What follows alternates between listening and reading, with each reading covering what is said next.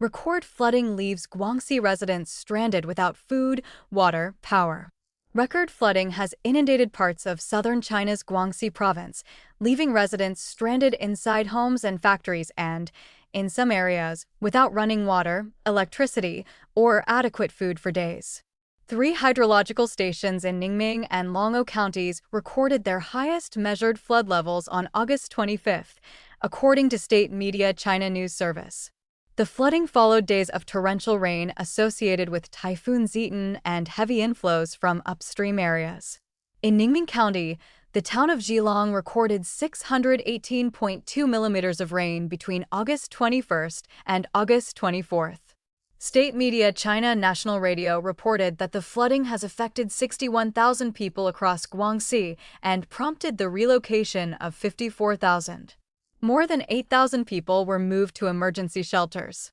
In hard-hit Longo County, 21,559 people were affected, and 5,816 homes had been flooded as of August 24th.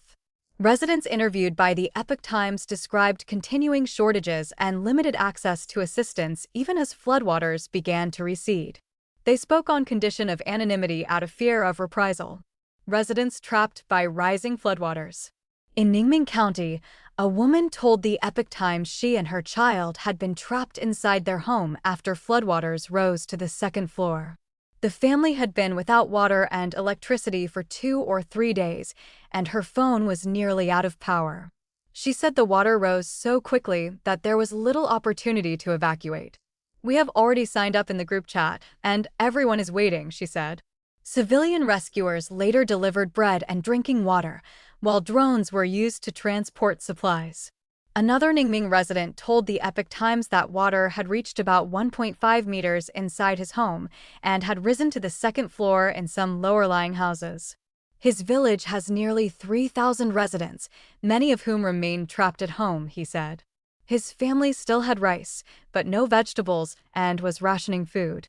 Severe flooding was also reported around the Dongya sugar factory in Ningming, where a civilian rescuer said more than 100 people were trapped. "I brought gasoline and food in," the rescuer told the Epoch Times. The inflatable boat had run out of fuel. The rescuer arrived on August 24th, but water levels rose another meter that night.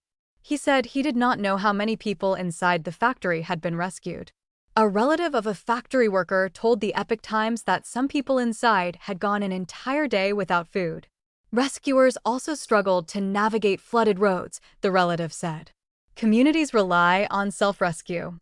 Another female resident told the Epoch Times that floodwaters reached the second floor, and the area went without water, electricity, and outside assistance for 3 days. Residents relied on one another until civilian rescuers arrived with bottled water and bread. "We can only save ourselves here. We are used to saving ourselves," she said.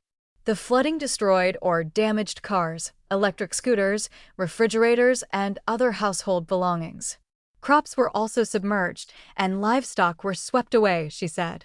Some residents were reluctant to evacuate because they did not know where they would be taken, while elderly and disabled people faced additional difficulties leaving their homes. In Naking Township, a resident told the Epoch Times that floodwaters rose rapidly overnight, reaching roughly halfway up the second floor by early morning. He and his family were trapped for nearly 2 days and survived on food stored at home.